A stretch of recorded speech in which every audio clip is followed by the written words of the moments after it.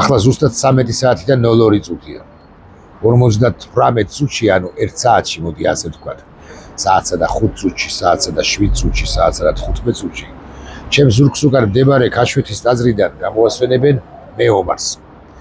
მეომარს, რომელიც დაიღუპა უკრაინაში უკრაინისთვის, რომელიც დაიღუპა უკრაინაში საქართველოსთვის. მეომარს, რომელსაც საქართველოს დე-ფაქტო ხელისუფლებამ ამ ხნის ამ 3.5 წლის განმავლობაში რაგინდა რა კამპანია არ აუგორა.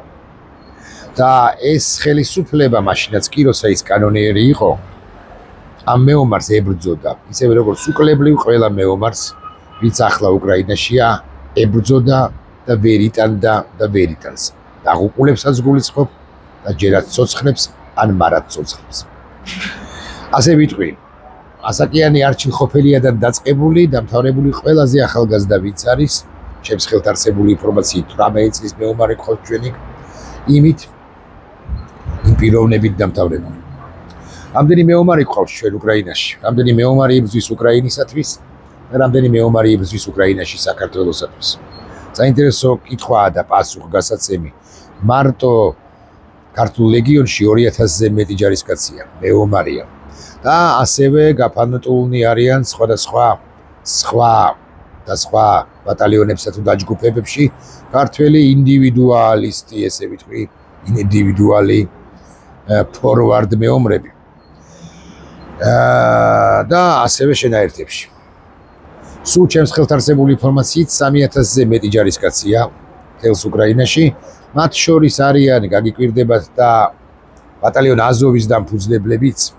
აი იმ აზოვისა, რომელმაც მსოფლიო ომების ისტორიაში ოქროს ასოებით ჩაწერა თუ თავისი ამბავი, ანუ აზოვი, ბატალიონი აზოვის ამბავი, ასევე ის რაც გადახდა და რაც გააკეთა ამ ბატალიონმა მარიუპოლში და კონკრეტულად კი აზოვსტალში, იცით თქვენ, ეს იყო საოცარი ისტორია. და ქართველებიც არიან ამ ბატალიონის დამფუძნებელი მეთქი. საერთოდ ჩვენ საამაყოდ გვაქვს საქმე თბილისში თუ სხვა ქალაქებში, ამდენი დროშა, რამდენიც არის თბილისსა თუ სხვა ქალაქებში უკრაინისა, არცაც სხვაგან არ არის, არც შეერთებულ შტატებში და არც ევროპის რომელიმე ქალაქში, ქვეყანაში, ქალაქში. და ეს ძალიან კარგია, მაგრამ საამაყო გვაქვს ისიც, რომ ყველაზე მეტი ჯარისკაცი სხვა ქვეყნიდან უკრაინაში იბრძვის სწორედ საქართველოსთან. ვანო ნადირაძე იყო ერთ-ერთი, ვანო ნადირაძე იყო პირი, რომელიც იბრძოდა საქართველოსთვის, აკი გითხარით. კითხვა დაღუპულია თუ არა ვანო ნადირაძე, ამ კითხვას უნდა გავცეთ პასუხი სწორი. ის გარდაიცვალა ბუნებრივი სიკვდილით, მაგრამ მაინც დაღუპულად უნდა მოიხსენიოთ, იმიტომ რომ უკლებრივ ყველა ვინც არის იმყოფება უკრაინაში დღეს და ახლა, სულ რომ ბუნებრივი ოხერი რამეა, ცხოვრება და საკვარი რამ არის სიკვდილი, სულ რომ ბუნებრივი სიკვდილით გარდაიცვალო, ზუსტად ისე როგორც გარდაიცვალა ვანო ნადირაძე, მაინც მათ მაინც უნდა მიხსენიებდეთ დაღუპულებად. ვანო ნადირაძე დაღუპული კაცი.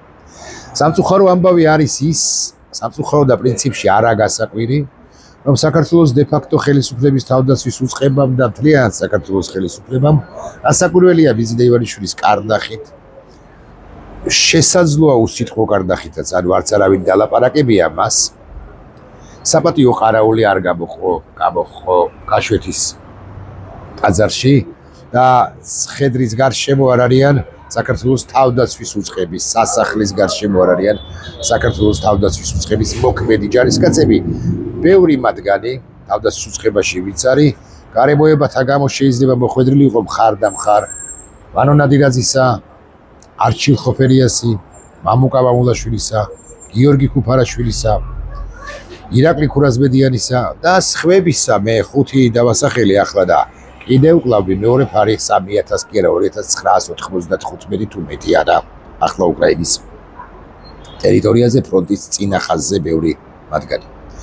ჯარისკაცებმა თავდაცვის უწყებიდან, რომლებიც ახლა მსახურობენ, ოფიცრებმა და ჯარისკაცებმა, ცხადია ეს ჩემზე კარგად იციან, ისინი ვინც ის იქნებ გულის ფანცქალითაც ან დიდი სურვილითაც ელოდებოდნენ ბრძანებას თავდაცვის ძალების ხელმძღვანელობისაგან ან თავდაცვის სამინისტროსაგან, თხოვნას თუ ბრძანებას უფრო განკარგულებას თუ გდებავთ ასე ვიტყვი, წადით და დაუდექით გვერდზე მეომარბანო ნადირაძეს, მაგრამ ელოდებოდნენ თურმე ამაოდ. საერთოდ ჩვენ ასარჩევი გვაქვს, როგორი ტიპის სახელმწიფოში გვინდა ცხოვრება.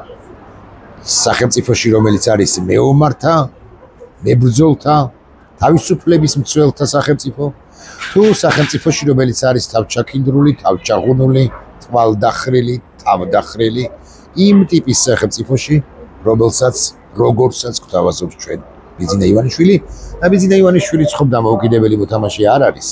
ძვირფასო მაყურებელო, ის რასაკვირველია FSB-ს კარნახით მოქმედი პოლიტიკოსია თუ პოლიტიკოსი მას შეიძლება საერთოდ ეწოდოს. ხო და ბიძინა ივანიშვილი ამ თავდახრილობას გვთავაზობს ირაკლი კობახიძემ რამდენიმე ხნის წინ თქვა, რომ დროშა თუ სადმე უნდა აღბართოთ, ომში ვერ გავიმარჯვებთ და სპორტულ ღონისძიებებში რომ გავიმარჯვებთ, იქ უნდა ავაფრიალოთ ჩვენი სახელმწიფო დროშაო და ვიმღეროთ ჰიმნიო. ეს არის რეალურად დასტური იმისა, მინიშნება კი არა დასტური, რომ ესენი ჩვენ გვთავაზობენ ხმადაბალ ქვეყანას. ერთი ამბავი არის ეს, რაზეც მინდოდა ყურადღების გამახვილება და მეორე ამბავი არის ის, რომ ჩვენ კვლავ გავიმეორებ, გვინდა ვიწევს არჩევა, როგორი ტიპის სახელმწიფოში გვინდა ცხოვრება. რუსეთი ჩვენ გვთავაზობს, კვლავ ვიმეორებ, ბიძინა ივანიშვილის პირით თუ სახით ხმადაბალ ქვეყანას. ჩუმ ქვეყანას. აი ვანო ნადირაძე და არა მხოლოდ ის ხმადაბალი არ ყოფილა. ჩვენ კარგად უნდა გავაცნობიეროთ, რომ რუსეთის დამარცხება შესაძლებელია და პირველი დამამარცხებელი, ვინც უკვე არის და მომავალში მით უფრო იქნება, ეს დასაკვირველია ჩვენთან შედარებით ვეება სახელმწიფო უკრაინა, უკრაინასთან შედარებით ვეება სახელმწიფოა რუსეთი. უკრაინა ყოველდღიურად ადასტურებს იმას, რომ მიუხედავად იმისა, რომ მოდი ასე ვიტყვი, ერთგვარად მწირი რესურსები აქვს, მას აქვს შესაძლებლობა დააბარცხოს ეს იმპერია რუსეთის.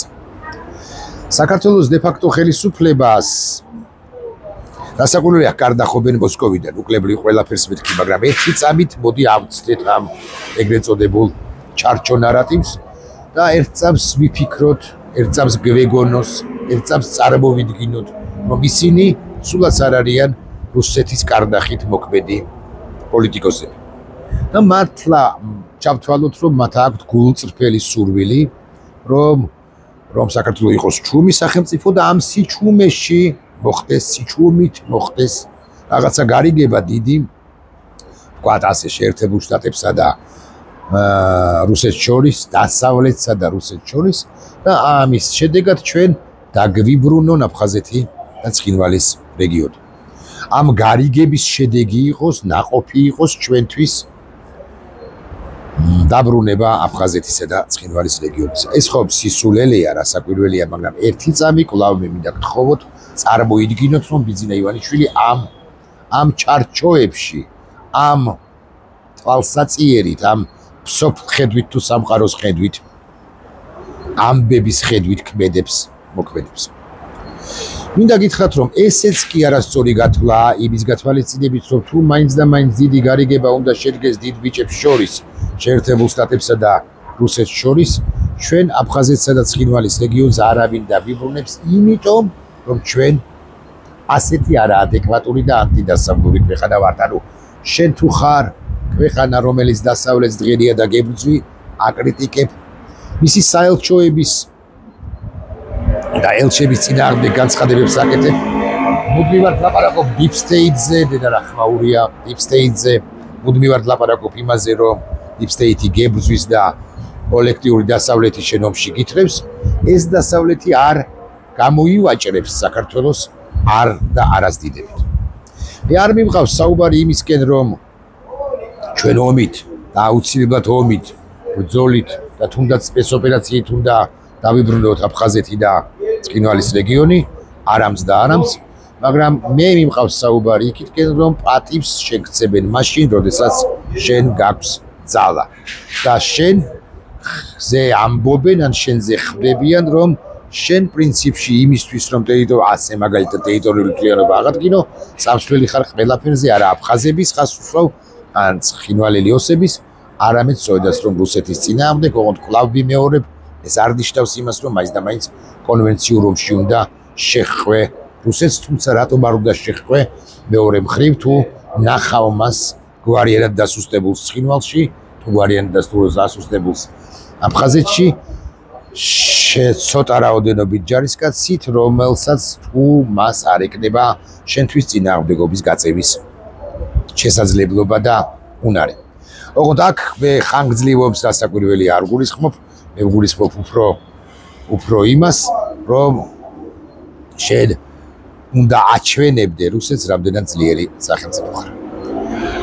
ილუზია და ამაო ფიქრია ასეთი, რომ რუსეთი შენ რამეს გაჩუქებს. დათელი დასტური იმისა, რომ რუსეთი ამგვარ იზიდა ივანიშვილის საქართველოსაც კი არ უგდებს არაფერს, არის ის, რომ თუ არ გავა, რომ რუსეთში, მოსკოვში, კრემლში არ მიიღონ სეპარატისტული ხელისუფლებების წარმომადგენლები და ახალი ხელშეკრულებები არ გაუფორმონ მათ ამავე ტერიტორიების უსაფრთხოების თუ ეკონომიკური წინსვლის თაობაზე, ან სოციალურ საკითხებზე, ან სამხედრო საკითხებზე. თუ ასეთი ლოიალურია საქართველოს პრორუსული ხელისუფლების მიმართ რუსეთი დღევანდელი, რატომ არ დგამს ის ნაბიჯებს და ასე მაგალითად რატომ არ გთხოვს, რატომ არ ქმნის იმ პირობას, რომ გალში თუნდაც იყოს რაღაც ერთობლივი ადმინისტრაცია, ან დაიწყოს რაღაც ქმედითი მოლაპარაკებები. არა, რუსეთი პირველ ყოვლისა გთხოვს ცეცხლის განუახლებლობის შეთანხმებას, ასეც მოაწერს ხელს მიზინა ივანიშვილი და ამას დააყოლებს ბოდიშსაც კი, ასე გეტყვით, ეს ბოდიში თქვენ იცით, რომ მან დაგვიანონსა დაახლოებით 1 წლის წინ და ეს ბოდიში, ამ ბოდიშის ადრესატი არ იქნება არც ერთ შემთხვევაში აფხაზი თუ ოსი, ამ ბოდიშის ადრესატი რასაკვირველი არის რუსი ოკუპანტი. ხო და ახლა ვანო ნადირაძეს რომ მიუბრუნდეთ, ვანო ნადირაძე უკრაინაში ომით და არა მხოლოდ ვანო ნადირაძე ადასტურებდა, რომ ამ გზაზე თანახმა არ იყო. და საერთოდაც ქართველი ხალხი ადასტურებს, რომ ამ გზის მომხრე არ არის, ამ თავჩაქინდრულობის, თავდახრილობის, თვალდახრილობის და გამობიზინებულობის გზაზე ჩვენ შედგომას არ ვაპირებთ. სწორედ ეს არის კონცეპტუალურად ის, რაც ესე აცოფებს, ესე აგიჟებს, ესე ავეშებს, ესე არაადეკვატურებს მიზინა ივანიშვილს ვერ წარმოვთქვი ის სიტყვა. ხო. რუსეთი არაფრის დაბრუნებული არ არის მეთქი, ამის დასტური არის ის, რომ ამ ხნის განმავლობაში რუსეთს ნახევარი ნაბიჯის კი არ გადმოუდგავს საქართველოსკენ. გარდა იმ მოთხოვნებისა, რომელსაც ამჯერად უკვე ივანიშვილის ხელისუფლებას უყენებს ჯიუტადოღომ. განსხვავება კიდევ ერთი არის სააკაშვილსა და ივანიშვილის შორის სწორედ ის, რომ მიზინა ივანიშვილი უწვევა, მიზინა ივანიშვილს ესმის რუსეთისა. მიხეილ სააკაშვილი არ უწვებოდა და მას არ ესმოდა. ის მაქსიმალურად შეძლების დაგვარ წინააღმდეგობას უწევდა რუსეთის პოლიტიკას შეძლების დაგვარად ბლოკავდა, თუმცა მიშას დასაკვირველია, შეცდომები დაშვებული აქვს ამ პოლიტიკაში, ან რიტორიკაში არა, პოლიტიკაში იქნება და უფრო მკვეთრობა, მეტი სიმკვეთრე სჯობდა, თუმცა მე მახსენდება ზღვისპირეთში, ვარცები ფოთში, როგორ კი იქ წარმოდგენა იყო, იქ კამერებზეც იყო მუშაობა, მაგრამ მიშამ როგორ მოახერხა და უკან როგორ დაახევინა შემოთრეულ ოკუპანტებს. ის რომ ჩვენ აგვისტოს ცხელ დღეებში წინააღმდეგობა გაუწიეთ და არ დავუწექით და დედაქალაქი აი აქ აშვეთი, რუსთაველის გამზირი არ დაიბომბა, ეს არის მიხეილ სააკაშვილის და მიხეილ სააკაშვილთან ერთად ჩვენი დასავლელი პარტიორების დამსახურება, დასავლეთის ხარდაჭერა რო არა, ვინც ის რუსთაველის გამზირზე ახლაც კი იდგებოდა კონვენციური ომით შემოსული რუსეთი. და ვანო ნადირაძე იქნებოდა ფრონტის წინა ხაზზე პარტიზანულ ომში, ისევე როგორც ბევრი ჩვენგანი, ახლა აი 2025 წელს 17 წლის თავზე იმ ამბებიდან და სხვები ქართული ოცნებიდან, აი ხუდუშაურები და სხვები დიმიტრი სამხარაძეები რასაკვირველია იქნებოდნენ მომსახურენი რუსეთისა სხვადასხვა ტენდერებში გამარჯვებულნი ან არა გამარჯვებულნი, რა მნიშვნელობა აქვს მოკლედ რუსეთის სამსახურში ჩამდგარი პირები. აი ამგვარი ტიპი დავკარგეთ ამგვარი პირი დავკარგეთ ჩვენ ვანო ნადირაძის და არა მხოლოდ ვანო ნადირაძის სახით უკრაინაში თქვენ იცით რომ დაღუპულია 100-ზე მეტი ქართველი ჯარისკაცი და უკლებლივ ყველა არის დაღუპული მეთქი ეს თქვი და ამას ხაზგასმით ვამბობ. ახლა 13 საათი და 17 წუთი 13 საათი და 18 წუთი გახდა ეს ამისით 40 წუთში გამოასვენებენ ვანო ნადირაძეს. მე აქ ვნახე რამდენიმე პოლიტიკოსი რომლებიც მოვიდნენ ქაშვეთის ტაძართან რომლებიც მიუსამძიმრებდნენ და აუცილებლად მიუსამძიმრებდნენ ოჯახს კარგია ეს სწორი ქმედება მე ვერ ვნახე აქ თავდაცვის მე ვერ ვნახე აქ საქართველოს ხელისუფლებასთან ყოფი ხელისუფლებაში ყოფი სამხედროები რომლებმაც შესანიშნავად იციან რა ეგზისტენციური ომია ახლა უკრაინაში მაგრამ მიზეზთა გამო რა გინდა რა მიზეზის გამო მათ თავშალი აქვთ გადახვეული და ვერაფერს ამჩნევენ და ვერაფერს ხედავენ არ დავასახელებ ახლა ვის სურვილი ვინ უნდა ყოფილიყო აქ ან ვინ უნდა იყოს მაინც ბჟუტავი იმედი მაინც შეიძლება გქონდეს ადამიანს მოქმედი თავდა მოქმედი სამხედროებიდან ვისი ნახვის სურვილი გქონდა და მაქვს ამას არ გავამხილ და კიდევ ერთი ამბავი ერთმა დიპლომატმა კაცმა შემონაცნობა დღეს მოკლედ იმედის არხის Facebook გვერდზე შევედი და იქ რაღაცებს ხო ბოდავენ და რაღაც სიგიჟეები ხო არის მაგრამ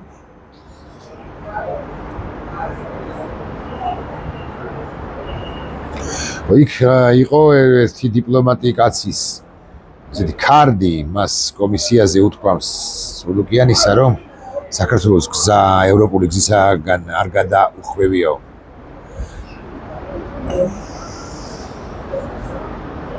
ავი ხალხო როდის განიხიბლებით ამ ბიზინა ივანიშვილისაგან როდის მიხვდებით რომ გაგანარცხათ როგორც პირები გაგანადგურათ